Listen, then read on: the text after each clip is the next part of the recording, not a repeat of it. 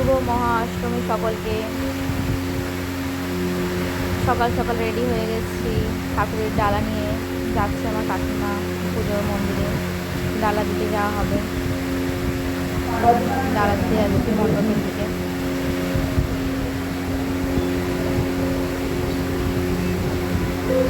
আমাদের শিবপাড়ার পুজো মণ্ডপে পৌঁছে গেলাম। মা দুর্গার কাছে ডালা দেওয়া হবে, সংকল্প করা হচ্ছে এখন।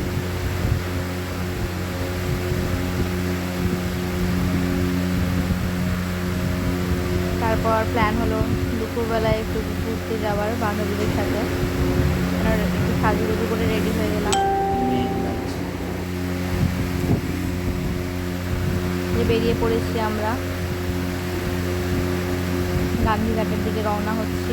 গান্ধীঘাট ফারাক্কার মধ্যে একটা ফেমাস জায়গা যাকে বলা হয়, যেখানে একটা পিস বলা যায় ফারাক্কার, মানে খুবই ভালো একটা জায়গা, আপনাদেরকে দেখাবো। তা ফারাক্কা প্যারিস আমাদের দেশটার দিকে যাচ্ছে।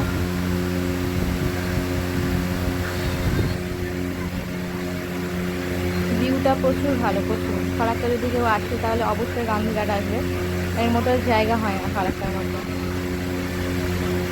স্পেশালি সকলকে ভালো লাগবে। এই যে ফাইনালি পৌঁছে গেছি আমরা। এটা সিঁড়ি রয়েছে আর এদিকে আমাদের বসার জায়গা, পুরো মাঠ। সামনে আমাদের গঙ্গা, বড় গঙ্গা। এই যে আমরা 4টে সখী যেখানে যাই একসাথে। আর পাশেটা আমার বোন রয়েছে, মাসির মেয়ে, ঘুরতে এসছে আজকে। সকলকে নিয়ে বেরিয়ে পড়েছিলাম। ভিউটা একবার দেখেন গান্ধীঘাটে, অসাধারণ।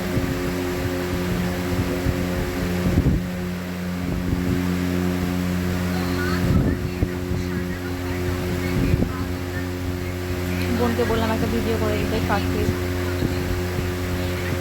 পুরো হচ্ছে গান্ধীঘাটের এটা ওভারভিউ পুরোটা।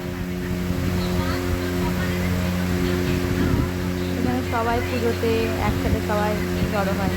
তারপর সন্ধ্যার দিকে মণ্ডপে চলে গেছিলাম। এটা হিল হোস্টেলের পুজো মণ্ডপ, অসাধারণ প্যান্ডেল হয়েছে। ছিলাম এখানে অনেকক্ষণই, আড্ডা মারা হলো বন্ধুদের সাথে, আরও সবাই ফ্রেন্ড এসেছিল। অনেকদিন পর সবার সাথে দেখা হলো, খুব ভালো লাগলো। পুজোর এই কটা তো দিন থাকে, মানে সকল দেখা হয়।